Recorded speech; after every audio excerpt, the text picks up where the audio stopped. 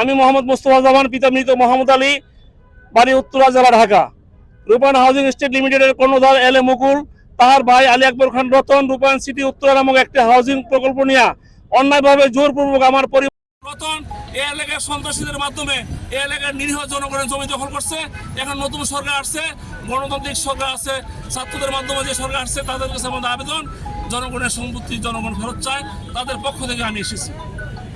উভয় পক্ষে রূপায়ণ এবং আমি মিলে দুইজনে ওনাকে আরবিট্রেটর নিয়োগ করি।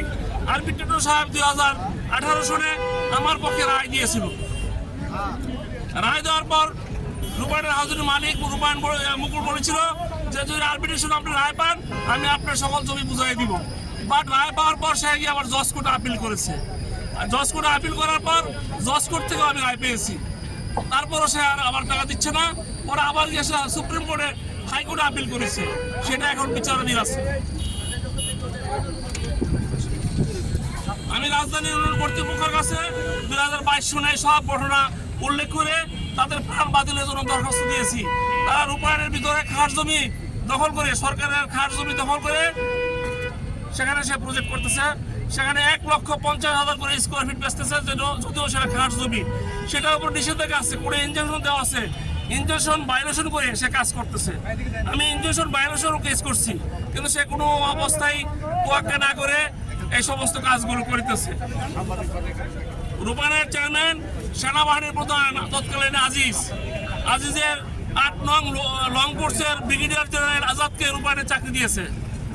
লেফটেন্যান্ট জেনারেল সাহিবের কোর্সমেট লেফটেন্যান্ট কর্নেল অবসরপ্রাপ্ত কবির, তাকেও রূপায়ণের চাকরি দিয়েছে। ব্রিগেডিয়ার জেনারেল সালাউদ্দিন, তাকেও রূপায়ণের চাকরি দিয়েছে। তারা অন্যায়ভাবে আমাকে জোর করে ডিজিএফ এ নিয়ে গেছিল, ডিজিএফ এর লেফটেন্যান্ট কর্নেল মকসুরের মাধ্যমে।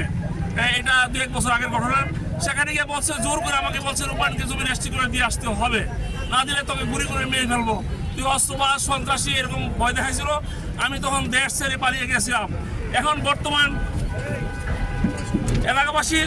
এলাকাবাসীর অনেক জায়গা জমি দখল করেছে, আমার আত্মীয় স্বজন দখল করেছে। আমার ভাই তার সাথে চুক্তি করেছে জয়েন্ট ভেঞ্চার, তার ফ্ল্যাট বুঝিয়ে দিচ্ছে না। আমার সাথে চুক্তি করছে জয়েন্ট ভেঞ্চার, সেই ফ্ল্যাটও বুঝিয়ে দিচ্ছে না। এখন পরিবর্তনশীল সরকার, ন্যায় নিষ্ঠাবান সাংবাদিক, জাতীয় দৈনিক পত্রিকা রিপোর্টার আপনাদের মাধ্যমে অন্তর্বর্তীকালীন সরকারের কাছে নিবেদন, আমার মালিকানাধীন 275% জমি আমাকে ফেরত দেওয়ার জন্য, কিংবা আরবিট্রেশন আদালতের যে মামলা আমি রায় পেয়েছি সেই অনুযায়ী আমি আমার টাকা ফেরত পাইতে চাই, অথবা আমার জমি বুঝাই দেওয়া হোক। এই এলাকার চিহ্নিত সন্ত্রাসী আওয়ামী লীগের ক্যাডার মুস্তফা মাদবর, তারপর নাসির মেম্বার, নাসির কাউন্সিলর, কফিল, এদের মাধ্যমে মাহিউদ্দিন মাহি, এদের মাধ্যমে জোর করে এই এলাকার নিরীহ মানুষের জায়গা জমি দখল করেছে রূপায়ণের চেয়ারম্যান মুকুল, সে 2 বার আওয়ামী লীগ থেকে নমিনেশন চেয়েছিল। সে সেনাবাহিনী ডিজিএফ এর ডিজি,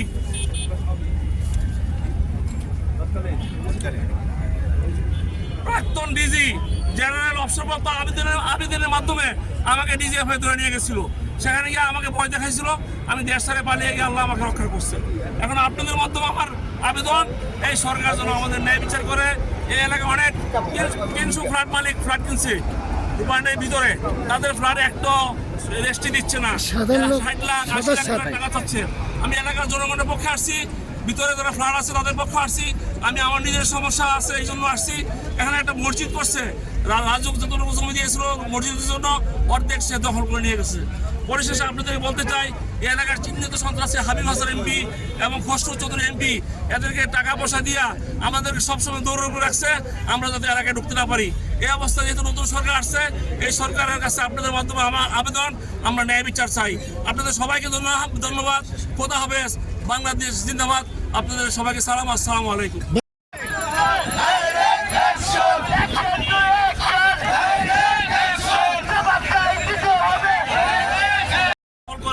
সরকার আমলে এবং আমাকে 2,33,00,000 টাকার চেক দিয়েছিল।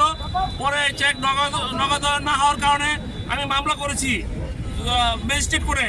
পরে এটা আপিল করছে জজ কোর্টে। পরে সে আবার আবার হাইকোর্টে আপিল করছে। পরে সুপ্রিম কোর্টে আমি জিতে আমার টাকা পাইছি 10 বছর পর। এই আমার 17 বিঘা জমির মূল্য 10 বছর পরে কোর্টের মাধ্যমে পেয়েছি। পরবর্তীতে আমার সাথে আবার 13 সনে আমার সাথে চুক্তি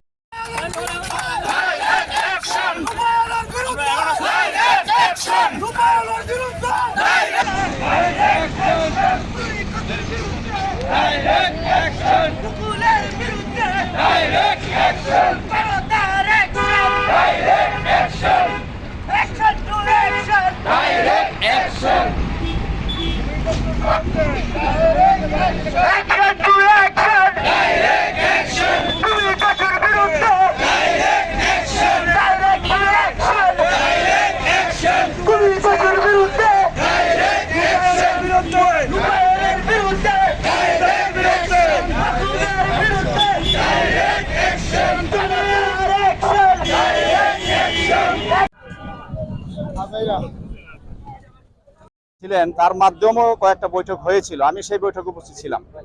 কিন্তু তাদের এই দাবি দাওয়াগুলা দেই দিচ্ছি করে তাকে ঘুরাচ্ছে। এবং এমনও হয়েছে যারা এখানে ক্ষতিগ্রস্ত, অনেকের জমি নিয়ে টাকা দেয়নি, অনেকের জমির পরিবর্তে ফ্ল্যাট দেওয়ার কথা, যেমন মোস্তফা জামান সাহেব। এখানে এই মানববন্ধনের উদ্দেশ্য হয়েছে রূপায়ণের সাথে, রূপায়ণ বহু ধরনের অন্যায় আমাদের করতেছিল। আমরা যারা জমি জয়েন্ট ব্যবসা করেছি প্রায় 15-20 বছর আগে একটা ফ্ল্যাটও বুঝাই দেয়নি। আবার বহু লোকের জমি, আমার বড় ভাই মুস্তফা জামান তার প্রায় 20 বিঘা জমি দখল করে রাখছে, জমির মূল্যও দেয় নাই, দখল করে বিল্ডিং করছে, এটা কোনো ক্ষতিপূরণ দেয় নাই। এছাড়া বহু যারা ফ্ল্যাট ক্রেতা তাদের ফ্ল্যাটের রেজিস্ট্রি দেয় নাই, এবং ফ্ল্যাটের রেজিস্ট্রেশন ফি যে জায়গায় গভর্নমেন্ট ফি 3-4 গুণ রেজিস্ট্রি ফি দাবি করতেছে। এবং ফ্ল্যাটের সাইজ অ্যাকচুয়ালি প্রথম বুশের ফ্ল্যাটের সাইজ যেটা ছিল 2500, এখন সেটা 3200 দেখাচ্ছে, ইত্যাদি ইত্যাদি বহু। এবং কেউ যদি প্রতিবাদ করে তার বিদ্যুতের লাইন, গ্যাসের লাইন কাটিয়ে দিচ্ছে যারা ফ্ল্যাট ওনার। সুতরাং রূপায়ণ শুরু থেকেই তথাকথিত মাস্তানি বাহিনী দিয়ে, বিগত স্বৈরশাসন শেখ হাসিনা দোসরের মাস্তান দিয়ে এই শাসন করত, মানুষ অত্যাচার করত। পরিবর্তিত পরিস্থিতি আমরা মনে করছি আমাদের ন্যায্য পাওনা পাওয়ার এখন সুযোগ আছে, তাই এই দাবিগুলো আমরা করতেছি। যেমন আমি নিজে 53 জমি 2009 সালে জয়েন্ট ব্যবসা করেছি, অদ্যবধি আমার কোনো ফ্ল্যাট বুঝাই দেয়নি। এবং তাদের সাথে যে আমার চুক্তি, সেই চুক্তি অনুযায়ী তাদের কাছে আমি 18,26,00,000 টাকা পাওনা আছে, অদ্য পর্যন্ত আমাকে একটি টাকাই দেয়নি। শুধু বলতেছে দিচ্ছি, এই দেবো সেই দেবো। মুকুলের চেয়ারম্যানের সাথে আমার কয়েকদিন আগে মিটিং হয়েছে, মিটিংয়ের পরে উনি বলে সিউর সাথে বসেন, সিউর সাথে বসছি, বলতেছে হচ্ছে হবে এই সেই ইত্যাদি ইত্যাদি। এই 15-20 বছরে আমি একটি ফ্ল্যাটও পাইনি, কোনো ক্ষতিপূরণও পাইনি। এবং এই প্রজেক্টের নামকরণ করা ছিল চুক্তি শর্ত অনুযায়ী রূপায়ণ জামান উত্তরা সিটি দেয়নি, তারা লেখছে রূপায়ণ উত্তরা সিটি। এই ধরনের ন্যায্য দাবিগুলো আমরা করতেছি, আপনাদের মাধ্যমে জাতির কাছে দাবিটা জানাচ্ছি। আপনারা কি শুধু উত্তরাবাসী মানববন্ধন করতেছেন নাকি রূপায়ণের যত প্রজেক্ট আছে, যত হাউজিং আছে সব বিষয় নিয়ে?